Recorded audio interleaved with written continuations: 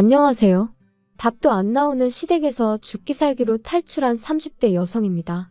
저도 제 인생이 이렇게 될 줄은 몰랐어요. 어디서부터 이야기해야 하나 싶은데 결혼할 때만 하더라도 주변에서들 정말 다 부러워했거든요. 저 시집 잘 간다면서 말이죠. 정작 제 스스로는 이게 잘 가는 건가 긴가민가 했는데 사람들이 하도 부러워하니까 그런가 보다 한 제 잘못이라 하면 맞아요, 제 잘못이에요. 왜냐하면 살아보니까 저한테 부럽다고 했던 사람들까지 다 미워질 정도로 이 결혼을 왜 했나 싶은 게 정말 속이 터졌거든요. 그래서 더는 사람들이 뭐라건 간에 신경 쓸 겨를도 없이 도망치게 됐고요. 남편하고는 대학원에서 만났어요. 둘 다 언젠가 교수가 되겠다는 같은 목표를 가진 사람들이었지요. 그래서 연애하는 동안 다른 연인들처럼 어디 좋은데 구경 다니고 맛있는 거 먹으러 다니고 그럴 여유는 없었지만 나름대로 든든한 동지다 생각하고 서로 의지하며 연애를 해나갔던 게 사실이에요. 그런데 제가 석사를 마칠 무렵 저도 갑자기 왜 그렇게 제 마음이 달라졌는지 모르겠는데 저는 공부가 하기 싫어졌습니다. 문득 주변을 둘러보니 다른 친구들은 나름대로 자기들 커리어도 만들고 그런 와중에 결혼도 하고 아이도 키우고 그런데 저만 제자리에 있는 것 같았거든요. 그리고 돌아보니 교수가 된다는 건 솔직히 뭐랄까 말하기가 조심스럽긴 하지만 사실 저희 친정어머니께서 아들이 없다는 이유로 시집살이를 호되게 당하셨어요. 그래서 언젠가부터 제 스스로 열아들 부럽지 않은 딸 하나가 되어드리겠다는 생각을 하게 되었죠. 의사든 교수든 소위 그럴싸한 직업을 가져야겠다는 생각도 그렇게 하게 된 거고요. 그런데 그런 생각으로만 살다 보니 저도 모르게 지쳤던 모양이에요. 그래서 친정부모님께 그간의 사정을 터놓고 말씀드리니 아쉬워하긴 하셨지만 동시에 저한테 많이 미안해 하셨습니다. 그런 줄도 모르고 조금만 더 하고 저를 채근하셨던 기억만 난다 하시면서 얼마나 부담스러웠겠냐 고생했다 하시대요. 아무튼 친정부모님의 허락도 떨어졌겠다. 남편에게도 제 결정을 알렸습니다. 이제 공부는 그만하고 다른 길을 가겠다고요. 그랬더니 남편이 저희 부모님보다 더 아쉬워하대요. 고지가 코앞인데 네 능력이 아깝다면서 말이죠. 하지만 저는 정말 요만큼의 미련도 없었어요. 그리고 이후로 그래도 학벌 덕분이라고 해야 할지 바로 대기업에 들어갔습니다. 약간의 잡음이 있긴 했지만 남편과 제 사이도 크게 달라진 바는 없었고요. 그리고 제가 직장생활 시작한 지 1년쯤 돼가던 시기에 남편이 먼저 프로포즈를 해왔습니다. 남편이 말하길 시부모님이 곧 사업을 정리하고 싶어 하시는데 기왕이면 그래도 현직에 계실 때 저희가 식을 올렸으면 하신다며 말이죠. 이제 와서 말이지만 제가 상상하던 프로포즈와는 거리가 있었고 그래서 좀 김이 샜던 게 사실이에요. 하지만 연애한 기간도 제법 길었고 하니 남편 마음 하나만 보고 프로포즈를 받아들였네요. 그런데 결혼식 올리고 정확히 한 달 만에 시댁이 망했습니다. 말 그대로 그냥 망해버렸어요. 사업이란 게 한치 앞을 볼 수 없는 거라지만 그래도 그렇게 순식간에 망할 수가 있나 싶었죠. 게다가 분명히 남편이 프로포즈를 할 때만 하더라도 사업을 정리하고 싶어 하신다 했지 망해가고 있다고는 안 했으니까요. 정말이지 제 입장에선 마른 하늘의 날벼락 같은 일이었어요. 하지만 제가 이렇게 이야기를 하니 어머님이 말씀하시길 고지고대로 이야기했으면 제가 결혼을 했겠냐며 적반하장으로 나오시대요. 게다가 저희 쪽에서도 사돈될 집안, 그러니까 당신들이 사업을 했으니 여러 가지로 여기저기서 말하기 좋았지 않았냐 하는데 어이가 없어서 더는 뭐라 상대해야 할지도 모르겠더라니까요. 게다가 거기서 끝이 아니었습니다. 박사과정을 밟고 있는 줄 알았던 남편은 실은 저와 마찬가지로 석사까지만 마치고 이후로는 아버님 사업을 돕는답시고 반년 가까이 학교에 나가지 않고 있었더라고요.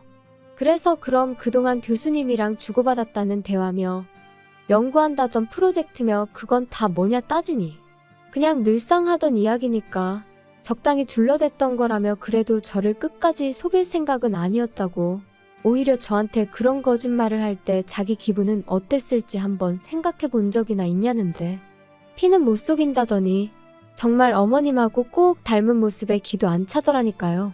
그래서 이거 다 사기 결혼이다. 도저히 못 참겠다 했습니다. 그런데 변호사를 만나서 알아보니 이건 사기 결혼은 아니라는 거예요. 제 입장에선 다 속았다 싶었는데 법적으론 속은 게 아니라니 환장할 노릇이었죠. 게다가 그게 다가 아니었습니다. 시부모님은 결국 사시던 집까지 파셔야 했는데 그러고 나니까 말 그대로 거리에 나앉게 되신 거죠. 그리고 남편은 그런 시부모님이 너무나 불쌍하다며 제 앞에서 아주 눈물 콧물 흘려가며 꺼이꺼이 울어댔는데 그런 남편을 보고 있으니 치미는 우라와는 별개로 마음이 편치만은 않더라고요. 그리고 그런 제 마음을 남편도 눈치를 챈 건지 부탁이랍시고 한다는 소리가 우리 지금 사는 아파트가 얼마나 가지? 뭘 얼마나 가긴 얼마나 가. 우리가 아파트 산지 얼마나 됐다고. 우리 샀을 때랑 비슷할걸? 그럼 우리 아파트 담보로 한 1억 정도 대출 받을 수는 있나? 1억? 대출? 뜬금없이 왜? 아니, 이번에 어머니 아버지 집 하셨잖아. 이사 가셔야 되는데 그래도 좀 살만한 집에 가시려면 1억은 있어야 될 것 같아서. 우리가 대출 받아서 그 돈 해드리면 안 될까? 그게 말이 되니? 당신이랑 나랑 결혼할 때 양가에서 1억 5천씩 받아서 이 아파트 산 거잖아. 그리고 이 아파트 공동명의로 샀는데 뜬금없이 대출을 받으면 좀 앞뒤가 안 맞는 것 같은데? 자기 그리고 대출 갚을 능력은 돼? 지금 벌이도 없으면서. 저희가 결혼할 때 양가에서 똑같이 1억 5천씩 받았고 그래서 공동명의로 계약을 했거든요. 그런데 이제 와서 대출을 받자니 대출을 받게 되면 그건 남편이랑 저랑 같이 갚아야 되는 거고 아무튼 어느 정도 정이 떨어진 상태라 그런가 그런 계산까지 하게 되니까 머리도 복잡하고 기분도 안 좋고 그래서 남편더러 그러지 말고 그냥 아파트를 팔자고 했어요. 아파트를 팔아서 당신이 결혼할 때 들고 온 돈 1억 5천에서 1억을 내줄 테니 그거 시부모님 드리라고 했죠. 그리고 나머지 돈으로 우리 두 사람 형편에 맞는 아파트를 새로 사자. 그러니까 남편이 세금이니 이사 비용이니 따져가며 난색을 표하더라고요. 하지만 제 입장에선 이보다 깔끔한 해결책은 없다 싶었습니다. 그래서 내 말대로 하는 것 말고는 다른 방법은 없다. 따로 시부모님한테 도움을 드릴 수도 없다 하고 딱 잘랐어요.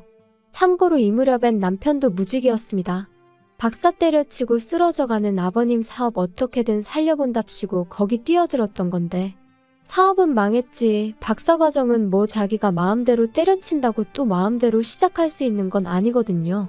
돈이 없다고 못하는 과정은 아니지만 돈 없고 인맥 없으면 빠듯한 게 현실이고요. 그래서 결국 아파트를 팔고 저희는 방 2개짜리. 그것도 말이 좋아 방 2개짜리지 거실도 없는 작은 아파트로 이사를 했어요. 그나마 돈이 부족해서 친정부모님이 5천만 원 더 보태주셨지요. 여담이지만 친정부모님께서 저더러 뭐하러 이런 꼴까지 봐가면서 사냐고 그냥 헤어지란 말씀도 하셨습니다. 하지만 그놈의 정이 뭐라고 그래도 한때는 서로 의지해가며 같은 길을 걸었다 보니 게다가 솔직히 사정을 모르는 남들이 보면 제가 그냥 남편을 버리는 걸로 보일 것 같았는데 그게 신경이 쓰이더라고요.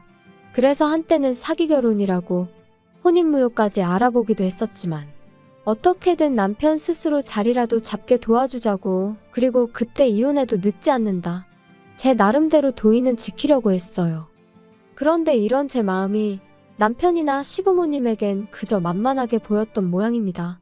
작년 늦가을 두 분이 반지하 생활은 도무지 못하겠다 하시더니 자꾸만 연락도 없이 저희 집에 오기 시작하셨거든요.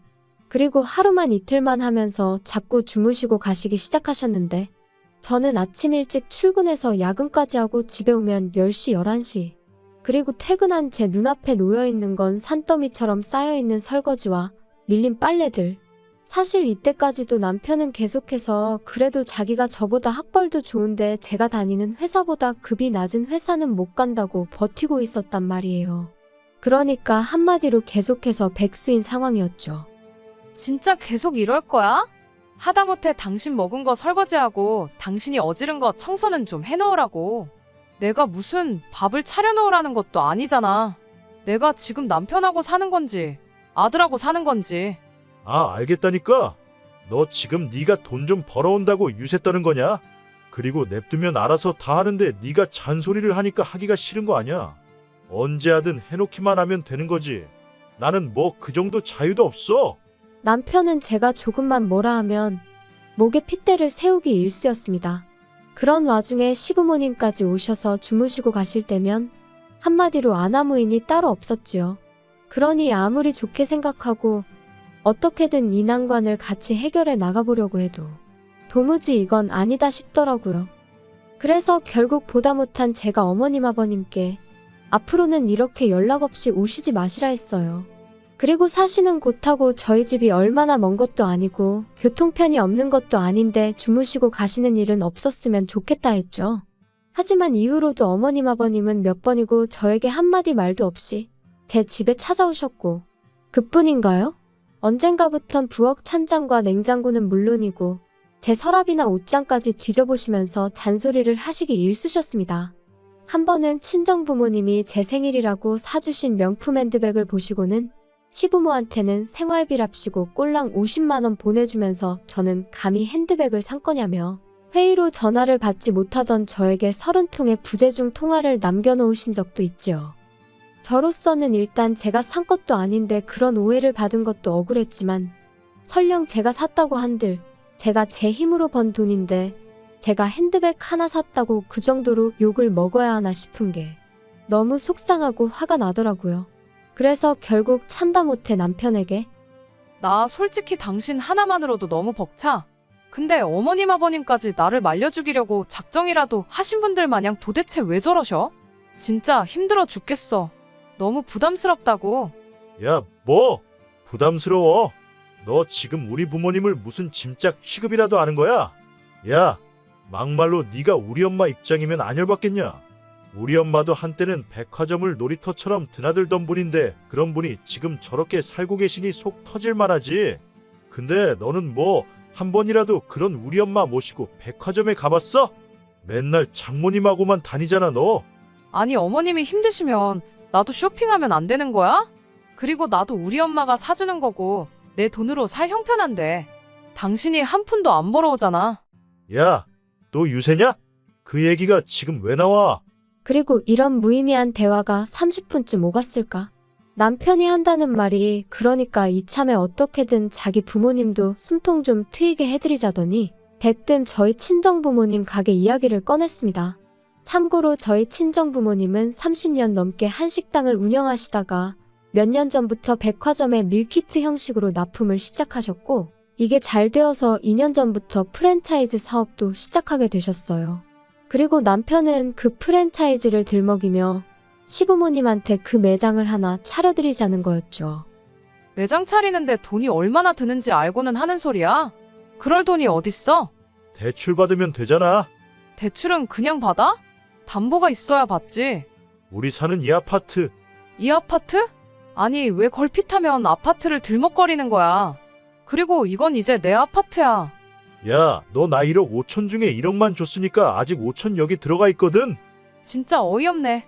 그럼 뭐 5천까지 돌려달라는 거야? 대출 안 받아줄 거면 돌려줘. 그래 그럼 5천 받고 아예 이 집에서 나가. 내가 무슨 자원봉사자야? 생활비도 한 푼도 안 벌어오는 당신을 재워주고 먹여주고 그러게?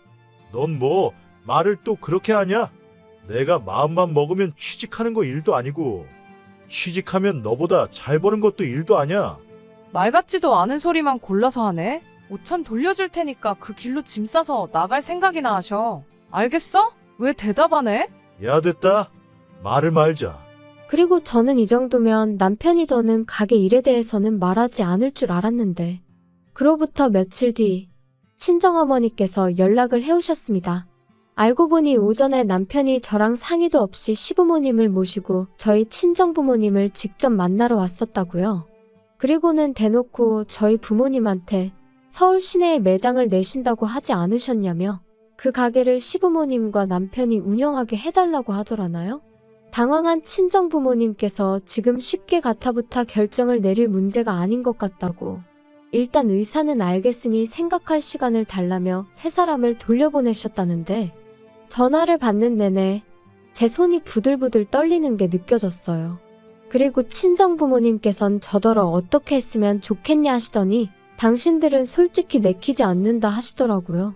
프랜차이즈라는 건 한 매장에만 문제가 생겨도 다른 매장들까지 영향을 미칠 수 있기 때문에 무조건 하고 싶다 해서 이름을 쓰게 해줄 수 있는 건 아니라면서 말이죠. 그리고 저는 그런 친정부모님께 저한테 설명하지 않으셔도 된다, 저는 다 안다, 이해한다 했습니다. 그리고는 저 때문에 내키지 않는 일은 하지 마시라고 저도 원치 않는다 했어요. 그리고 더는 걱정 마시라고 남편한테도 제가 직접 이야기하겠다 했네요. 그날 저녁 남편이 어딜 갔다 오는지 싱글벙글 웃으며 집에 들어오더군요. 저는 그런 남편을 보고 기가 찼지만 할 말이 있으니 앉아보라 했어요. 그리고는 잔뜩 기대에 부풀어 있는 그 얼굴에다 친정부모님이 내리신 결정을 전했습니다. 그랬더니 아니나 다를까 남편이 또다시 목에 핏대를 세우며 사위도 자식이라는데 너무하네 어쩌네 악을 써대더라고요. 그리고는 급기야 저희 부모님하고 자기가 얘기를 좀 해봐야겠다 하는데 아니 안 된다는데 자꾸 무슨 이야기를 해보겠다는 건지 저도 너무 화가 나더라고요.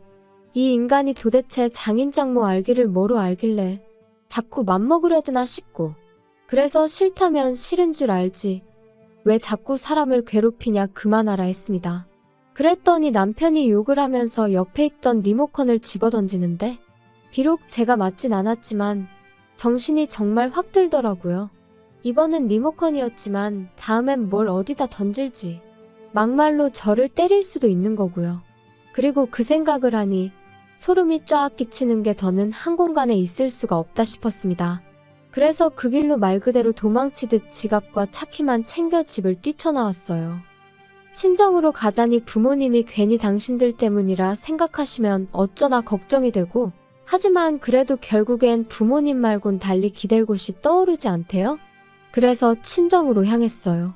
당연히 밤 10시가 다 돼서 연락도 없이 딸이 왔으니 친정 부모님도 대번에 남편하고 싸웠냐 하시는데 뭐라 말도 안 나오고 긴장이 풀린 건지 눈물만 주룩주룩 쏟아지더라고요.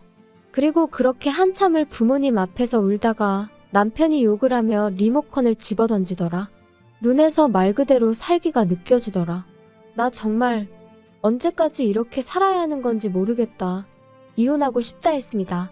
그랬더니 이제껏 말을 아끼시던 아버지께서 남편에게 직접 전화를 거셨어요. 1시간 내로 튀어오라고요. 남편은 예전부터 저희 아버지를 어려워했고 상황도 상황이었던 만큼 불이 나게 온기색이 역력하더군요. 그리고 앉지도 서지도 못하고 어정쩡하게 있는 남편더러 아버지께서 무릎 꿇고 앉으라 호통을 치셨더니 그제서야 남편이 허겁지겁 내내하며 앉는데 그 꼴이 어찌나 우습던지. 그리고는 아버지께서 남편에게 저와 이혼하라 하셨습니다. 제 의견은 이미 확인했고 자네 의견 묻자고 부른 게 아니라며 이건 통보니까 집에 가는 대로 짐 싸서 내일 오전 내로 나가라 하셨지요. 그러자 남편이 저랑 아버지를 번갈아 쳐다보며 갑자기 무슨 말씀이시냐. 부부싸움 좀 했다고 장인어른까지 나서서 이혼하라 마라 하시면 곤란하다 하고는 말대꾸를 하대요. 그리고 그런 남편에게 저희 아버지가 남편이 했던 것처럼 욕을 하며 리모컨을 던지셨어요. 남편은 지 머리라도 맞는 줄 알았는지 순간 양손으로 지 머리통을 감싸며 피했고요. 남편은 그제서야 저와 아버지께 번갈아 가며 싹싹 빌기 시작했어요. 자기가 경솔했다. 죄송하다. 그냥 요새 여러 가지로 스트레스를 받다 보니 순간 실수를 한 거라면서 말이죠.